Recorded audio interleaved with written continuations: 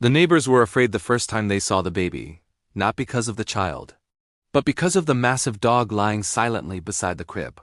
A Rottweiler, black and brown, with tense muscles and watchful eyes. His name was Max. To most people, Max looked dangerous, but to his family he was simply quiet, loyal, and always watching. The day baby Lucas came home from the hospital was a turning point. The house, once calm, was now filled with a new energy.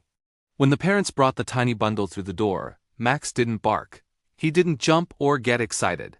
He simply sat at the nursery door and observed everything, his gaze steady and intelligent. Later, when Lucas cried, a new fragile sound echoed through the halls. Max lifted his head, his ears perked. Something shifted inside him. That night, he chose his post.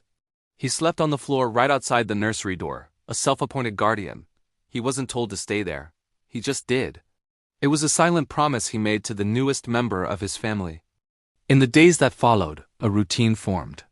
Max became a shadow to Lucas's mother, following her from room to room, but his attention was always on the baby.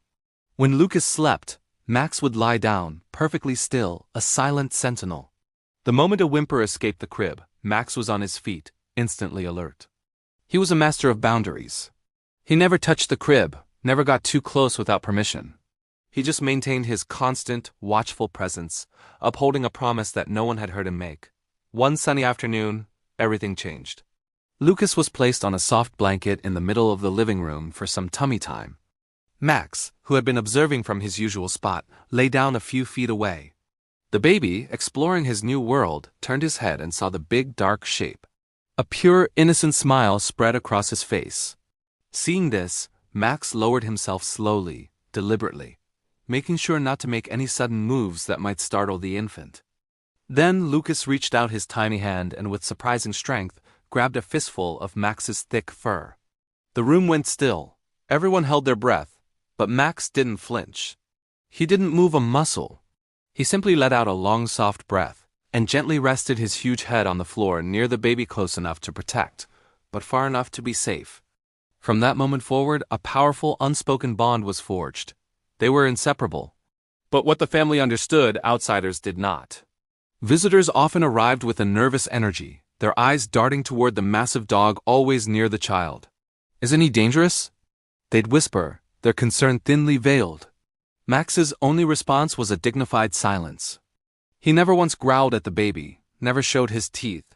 However, if a stranger got a little too close for his comfort, Max would rise to his feet calm, firm, and absolutely unmovable. He wasn't being aggressive, he was being protective. His presence was a clear but quiet message. "I am watching." He was the silent guardian, the gentle giant whose loyalty was misunderstood by those who only saw his breed and his size. Then came the night that everything changed. The house was quiet, too quiet. Suddenly, Max sprang up from his spot near the crib.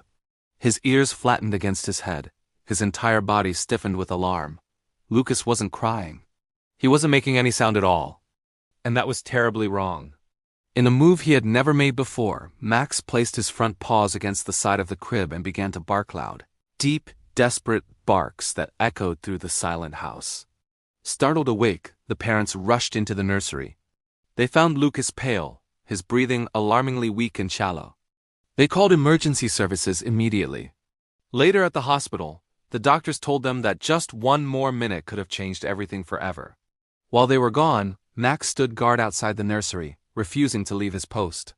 When Lucas finally came home and his healthy cries once again filled the house, Max lay down, utterly exhausted but visibly relieved.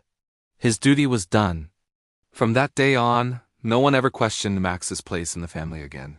He was more than a pet. He was a hero. As Lucas grew, he learned to crawl, and his first instinct was always to move straight toward his furry protector. Max, in turn, learned to adjust his large body with incredible care, always gentle, always careful not to accidentally bump the little boy. When Lucas would stumble and fall while learning to walk, Max would stand perfectly still, offering a stable presence. When Lucas would erupt in fits of giggles, Max's tail would wag slowly, a subtle sign of his shared joy. They grew up together, a boy and his dog, sharing a bond that transcended words. Years passed.